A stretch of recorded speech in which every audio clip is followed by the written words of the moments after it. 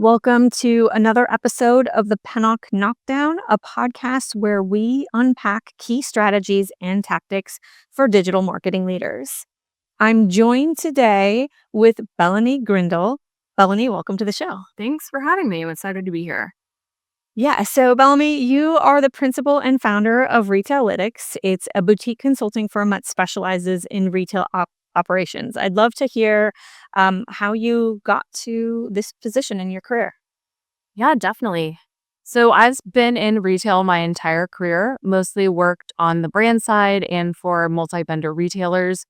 I've had the opportunity to work at some very large corporations such as Walmart and Gap, but then sort of cut my teeth at early startups. Back in the day, Gilt.com, I tell people I worked for them from startup to unicorn to fire sales. So really got to see the evolution of a company within retail operations as it pertains to buying, planning, and then data and analytics. Really love helping the early stage founders. After working with many brands, decided to go out on my own about 2 years ago.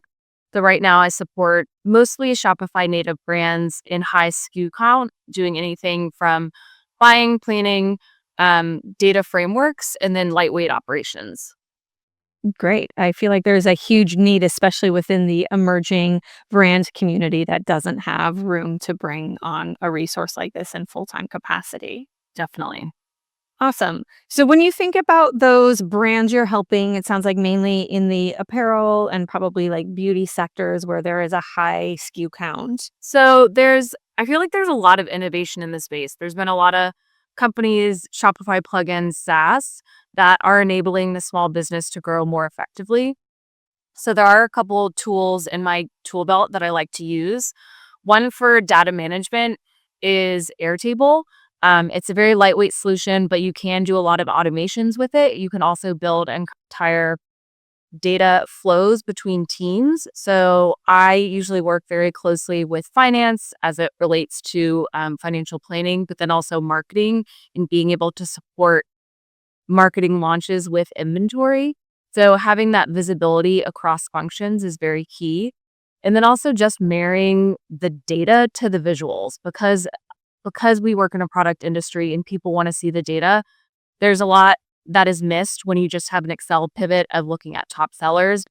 You don't, especially if there's the high SKU count catalog, what does all that look like? So being able to communicate to your designers and your other teams what products are working and being able to sort that in a visual way. So I love Airtable for that capacity.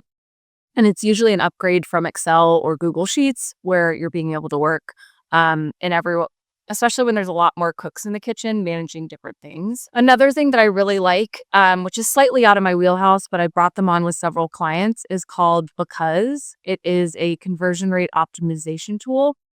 And it's really great for lean teams that want to try to personalize their shopping journey without really heavyweight, inexpensive tools. It's very affordable. I think what I've seen from the value it can bring, especially because it integrates exactly with your Klaviyo shopping journeys. So being able to segment a customer journey from new, repeat, especially if you have a really digging into loyalty and VIP in your customer base. And then it has a Canva-like editor where you really don't need to know a lot about coding on your website to make updates. So one of the things that I love is you can add and customize things directly on the PDP, and you can A/B test. There's no more guessing in the dark. You can actually segment your testing to see what's working before implementing, which is really great. And then it's been great working on the inventory side of things because I can help recommend products to cross-sell and upsell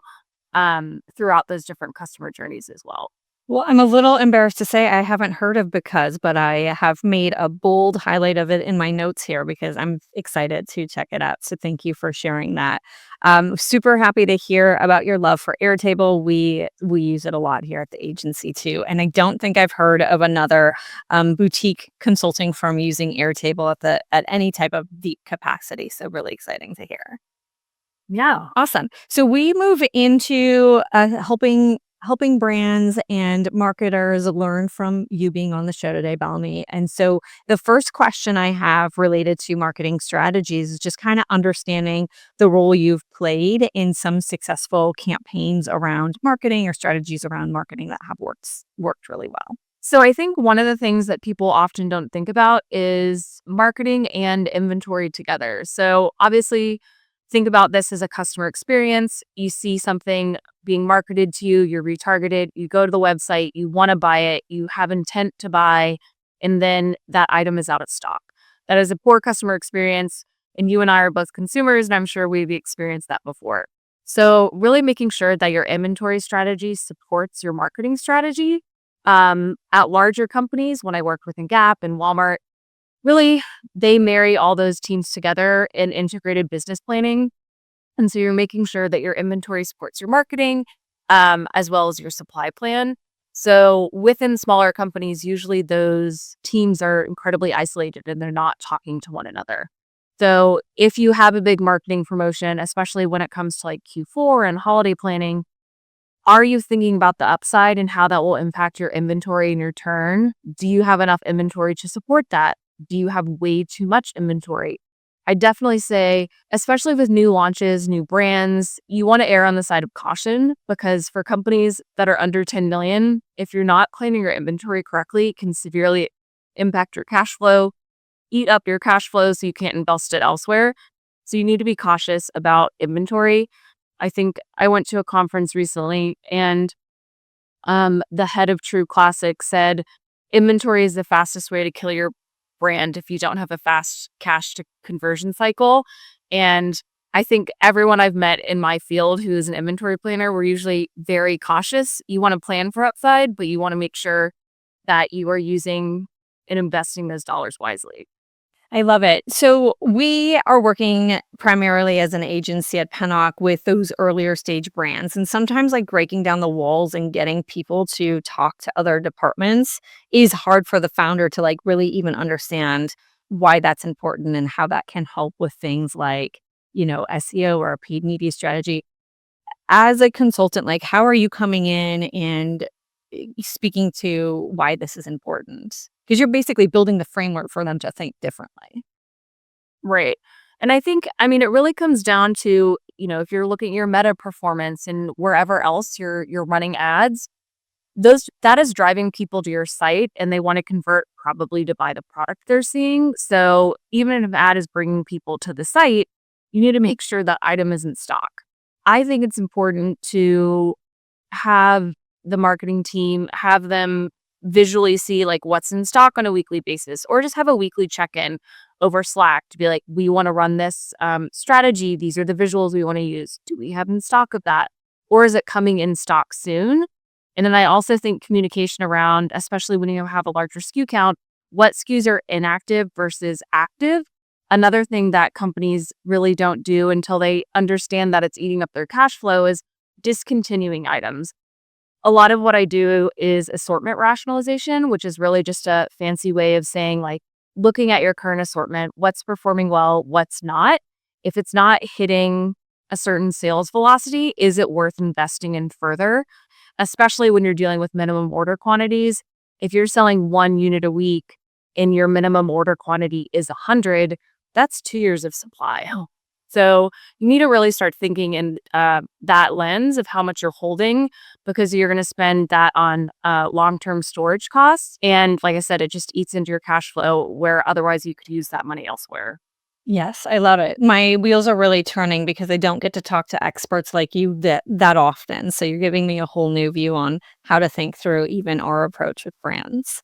Nice. Great. I love that. I'd love to kind of talk about some of those worst case scenarios that you're kind of saying you want to help these brands prevent from occurring. Can you walk me through some examples of things that you've seen go completely upside down because the teams were not talking?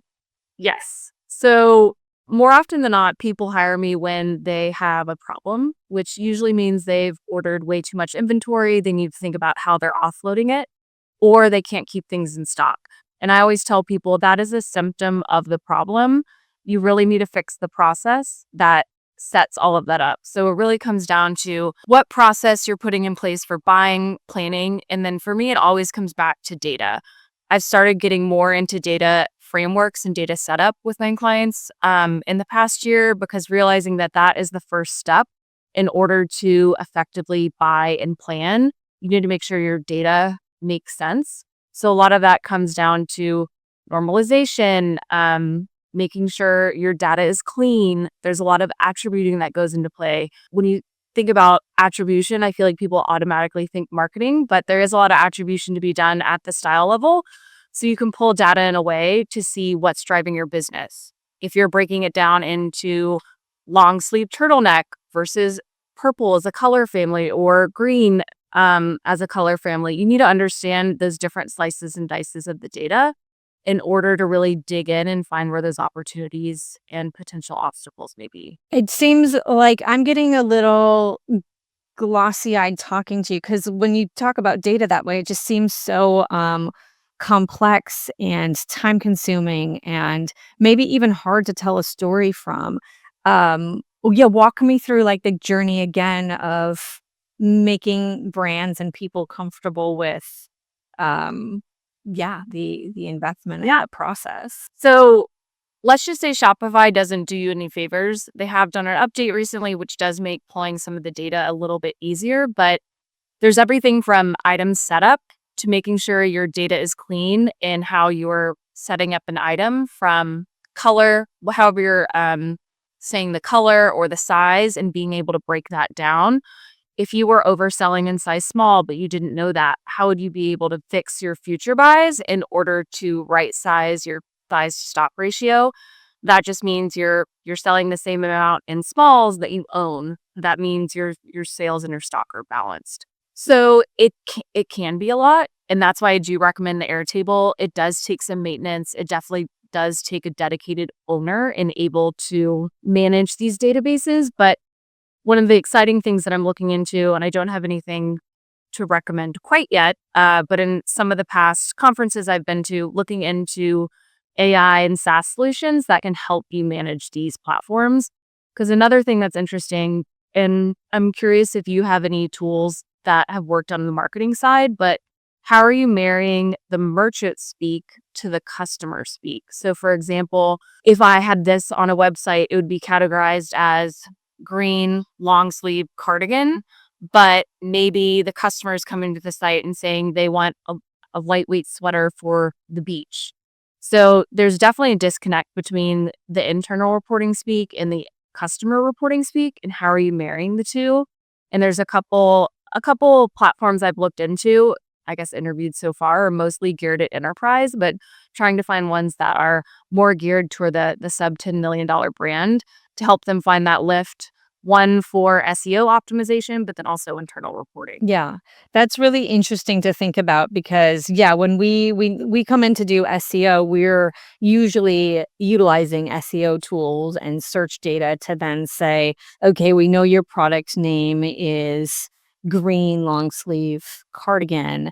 And maybe you're very married to that as a brand and we can't change that. But then how do we optimize the product description and stuff? So it would be interesting to find a way to get brands more interested in embedding it into the product development process, right? So that we have an opportunity to utilize your data, marketing data, to even name products.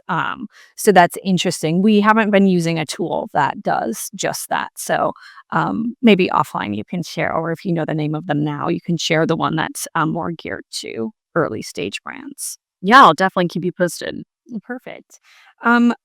Great. I think, you gave us a couple really good examples for the needs of someone to come in and do precisely the work you do, the risks to combat or the risks to prevent in advance, or, deal with because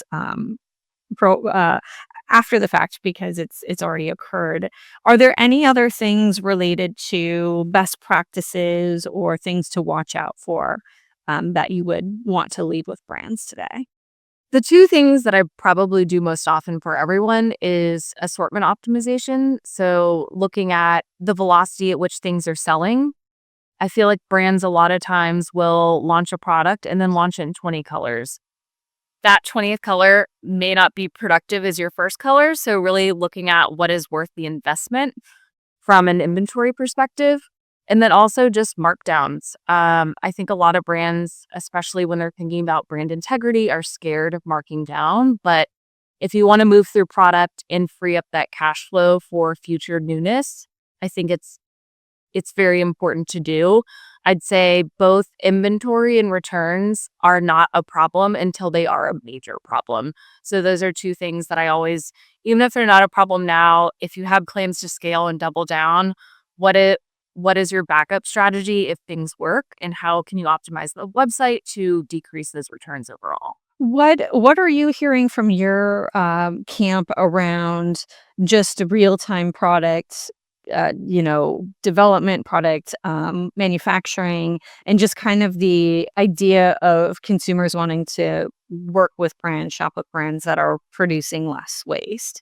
Has that been brought into the product development lane and kind of the recommendations you're I mean, yes and no.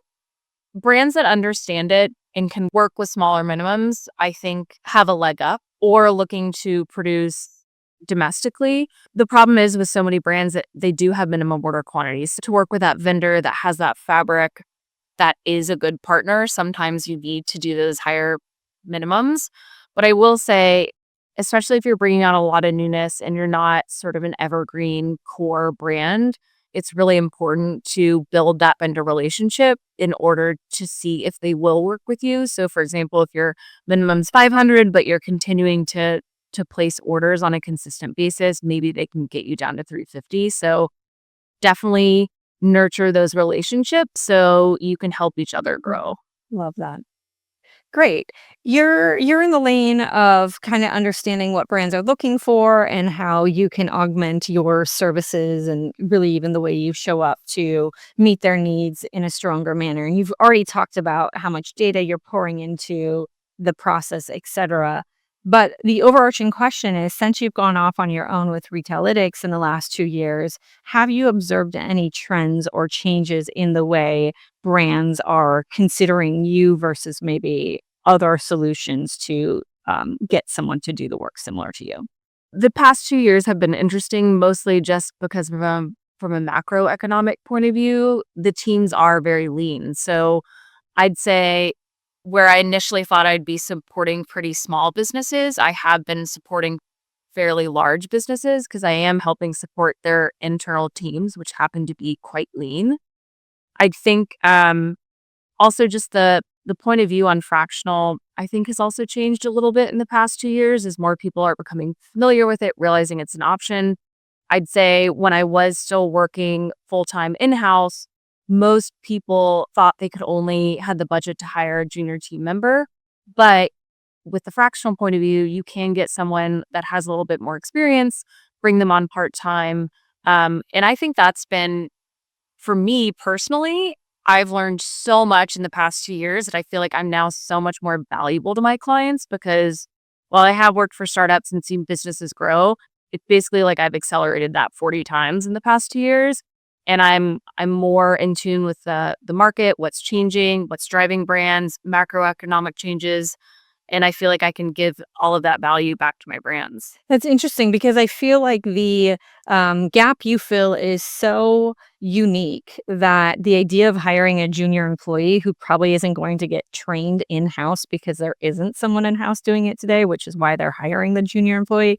I can imagine there's like less resources online about how to do the job you do. So that seems like a really scary position to be in as a brand, to bring in this junior level employee who is kind of learning on the job. So yeah, it seems like the service you're offering sounds very desirable in that scenario. I mean, it's definitely a little bit of both. I mean, that is one model that I have leaned on a little bit more in the past year, is that I will come on, help them build the strategy and the framework, and then help them hire and build a team to set that person up for success. I've also, since I've noticed my clients are in a certain area, I'm actually trying to create a class as a resource for some of those smaller brands that want to be able to empower them to do it on their own. And then once they get to a certain point, then I can help them build out a team. I think that's a really smart business growth opportunity for you. Well, Bellamy, as we're wrapping up, my final question is really around advice you would give your younger self around getting into the career and things you wish you would have heard or listened to when you were younger. So I definitely say network. I don't feel like I did that enough, especially when I was internal with brands. So I feel like as I've gone on my own, that's definitely been a muscle that I've had to flex and go a little bit outside of my comfort zone in order to build my community, both from a consulting perspective, but I also recently moved from New York to the West Coast. So building more of a community on the West Coast. Network, it's uncomfortable, but it's uncomfortable for everyone. Just push through the awkwardness. And then I also think as it relates to being fractional and as a consultant, it's going to take time. And I tell this to anyone who wants to meet with me. Definitely takes time to figure out your focus from an ideal client perspective as well as pricing. And that's a lot of trial and error. I can tell you till I'm blue in the face what I experienced, but I feel like after talking with people from when they started to after they've been doing it for a while, they're like, I had to go through the same learnings myself. So again, it's uncomfortable when you iterate and sort of improve over time on what works for you and who you want to work with. And especially if you're looking for values-based, personality-based, picking who you want to work with and support. That's really great advice. Well, Bellamy, for those who want to get in touch with you and learn more about what the services are you offer, where can they reach out and get in touch? Yeah, you can check out my website at www.retailytics.co, or you can reach out to me at hello@retailytics.co. Love it. Bellamy, thank you so much for your time today. Thank you.